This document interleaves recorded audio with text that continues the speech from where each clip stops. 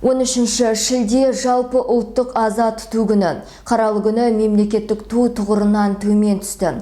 Сондай-ақ Нұрсұлтан уақыты бойынша сағат 12:00-де бүкіл республика COVID-19 құрбандарын 1 минут үнсіздікпен еске алды.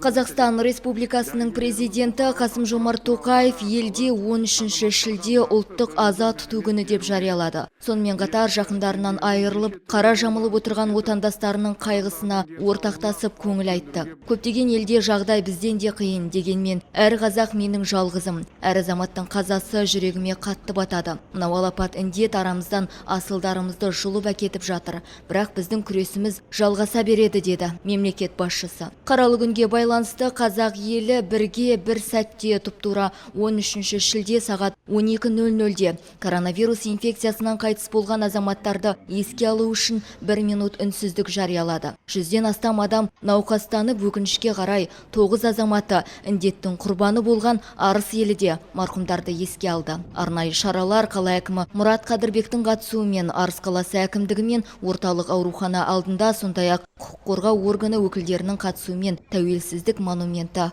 маңында өтті. Коронавирус пандемиясынан құрбан болған қазақстандықтарды еске алу үшін 1 минут үнсіздік жарияланады. Объявляется минута молчания в память казахстанцев, ставших жертвами пандемии коронавируса.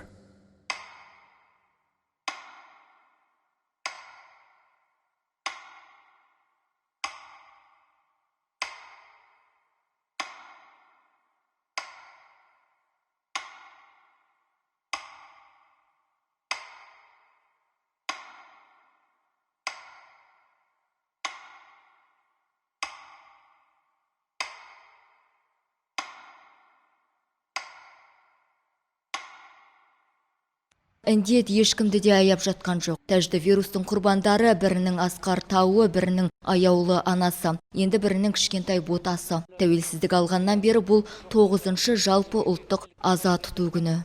Президентіміз Қасым-Жомарт Тоқаевтың 13 шілде жалпы ұлттық аза тұту күні деп жарлауы өте орынды болды. Себебі мынау тосыннан келген тәжді жал деп жатамыз ғой.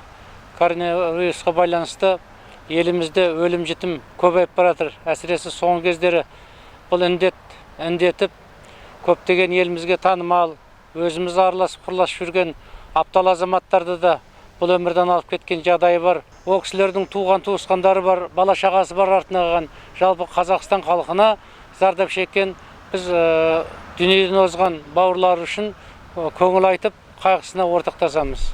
Айта кетейік, Қазақстанда коронавирус жұқтырғандар саны 60 мыңға жуықтады. Өкінішке қарай оның 375-і көз жұмған. Балауса Оспан, Алтынай Өтебек, Әлия Әлиасқар, Арт ТВ жаңалықтары.